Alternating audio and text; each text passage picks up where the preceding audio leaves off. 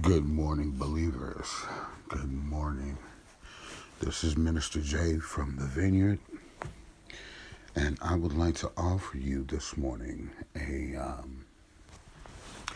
biblical principle, a biblical principle to help you. I want to let you know that it is so important in this season to speak the word, understanding that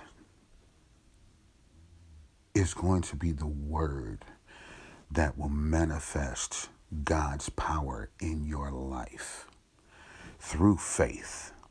It's going to be the word that's going to manifest the results that you need. And it's going to be the spoken word for you to speak the word. Now, keep in mind, there is no spoken word without you making sure you get the written word. The word teaches us that we should write the words on the tablet of our hearts. So, read by reading the Word of God and making sure that's written on the tablet of our hearts so we don't forget it. That's going to be the important piece, because you never know when that word is going to come to your defense, or when it's going to come to your aid when you need something.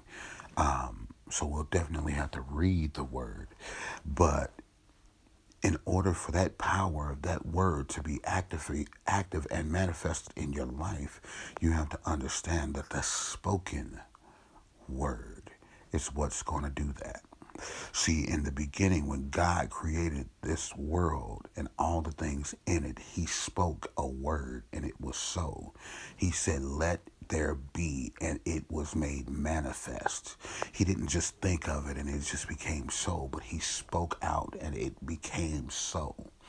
And so even when Jesus was doing his various miracles in his time, he spoke a word, and it was indicative of his power,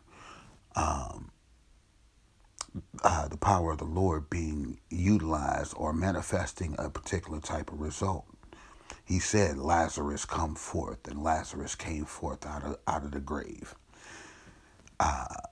He said, "Be thou made whole," and someone was made whole. Or he said, "Your faith has made you whole," and people were healed, or whatever the case may be. Even in the miracle of the water being turned into wine, he gave a divine directive or instruction. He told the men to bring the water pots and how much to fill them up, how far to fill them up, and how to distribute the water. That was made wine. And the power was made manifest. There was no miracle done where Jesus didn't say anything and it was made so. The word was always spoken in some way. And understand that we were made to mimic Jesus. He is our example as to how to live on this earth. So by following his example, we have to speak the word in order for the word to be made manifest in our lives. And make sure that we're speaking the word of God. We have to remind God of his promises. Not that he's forgotten, but just to let him know that we know what they are, and make sure that he knows that we understand what the promises are. We have to speak that word out and let the word be made manifest by faith. Because without faith, it's impossible to please God. And then this is the other key. Make sure that the words that you speak, the things that you're asking for, whatever it is that you're speaking into existence, make sure it serves a purpose. And especially if you can, make sure that it serves your purpose, the divine purpose that God has for your life.